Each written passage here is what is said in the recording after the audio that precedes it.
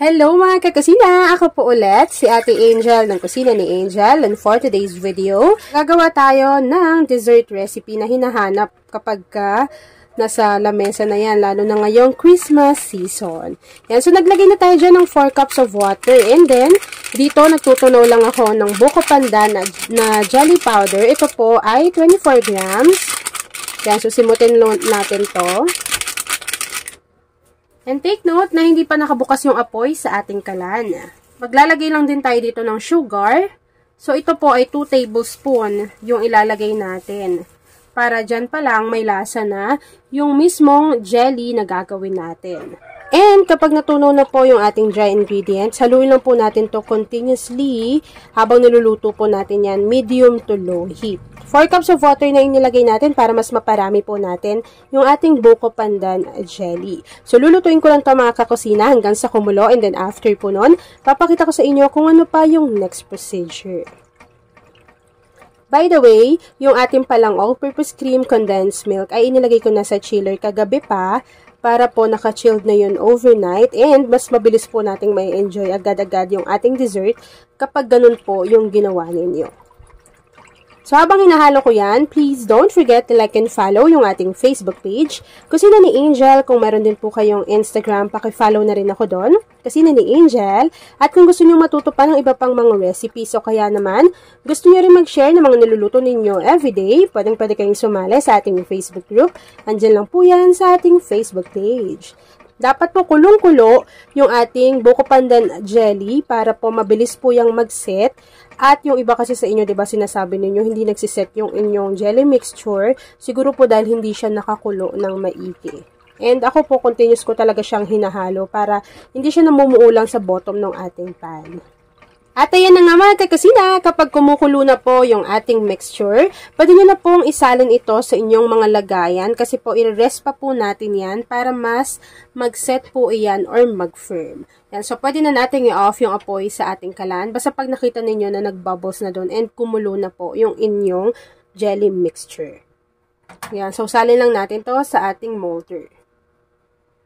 Yan, so ako po, 2 molder yung gagamitin ko para mas mabilis po siyang mag-firm kasi medyo manipis lang yung magagawa. Unlike kapag isang buhusan lang siya sa isang lagayan. Yan, so kapag naisalin na po natin to dito, hihintayin lang po natin yung lumamig, mag-set at mag-firm, and then after po nun, gagawin na natin yung next procedure. And yes mga kakusina, ito na po yung naluto natin kanina na buko pandan jelly. Nag-set na po iyan at nag-firm. So, hihiwain lang po natin ito into cubes. Nasa inyo na kung gaano kalaki.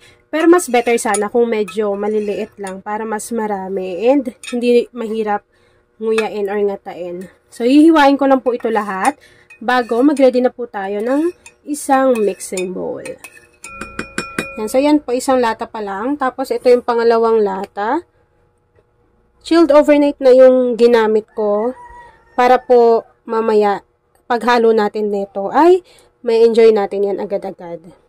So, after adding yan ng ating 2 all-purpose cream, maglalagay na rin tayo dito ng 1 can or 390 grams ng condensed milk. Ito rin po ay naka-chilled overnight.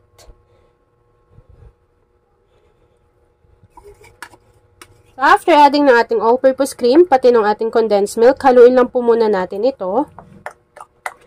After mixing neto, pwede na po kayong mag-ready nung isang bote ng kaong. Pero optional lang po yun kasi kahit wala namang kaong, pwede. Ako kasi may natira pa dito, so ilalagay ko na lang din dito sa ating recipe. Yan. So, inuuna ko yung cream pati yung condensed milk para mahalo ko na po yan ng maigi dahil kapag hinuli natin yan, madudurog yung iba pang ingredients na ilalagay natin. Lagay muna natin yung isang bote ng kaong.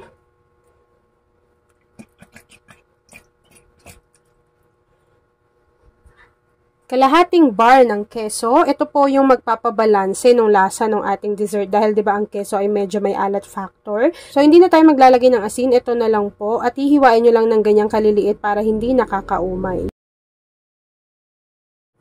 After adding yan, haluin muna natin ito.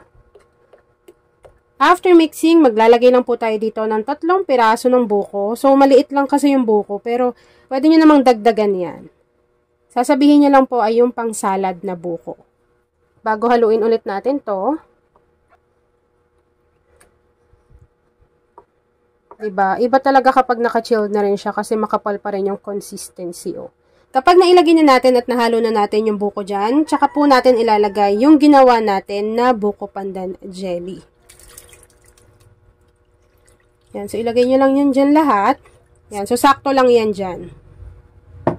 After adding ng ating buko pandan jelly, haluin lang po natin ito ng dahan-dahan para po hindi magkadurog-durog yung inilagay nating ingredients. And then after po nun, pwede nyo na po yang i-enjoy.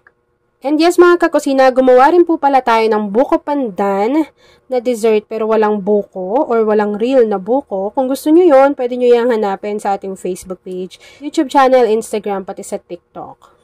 So after mixing, pwede nyo pa yung ilagay sa chiller pero kami, ayan, okay naman na sa amin yung ganyang consistency. Pero kung gusto niyo na mas makapal pa dyan, pwede nyo ilagay sa chiller mga 6 hanggang 8 oras pa.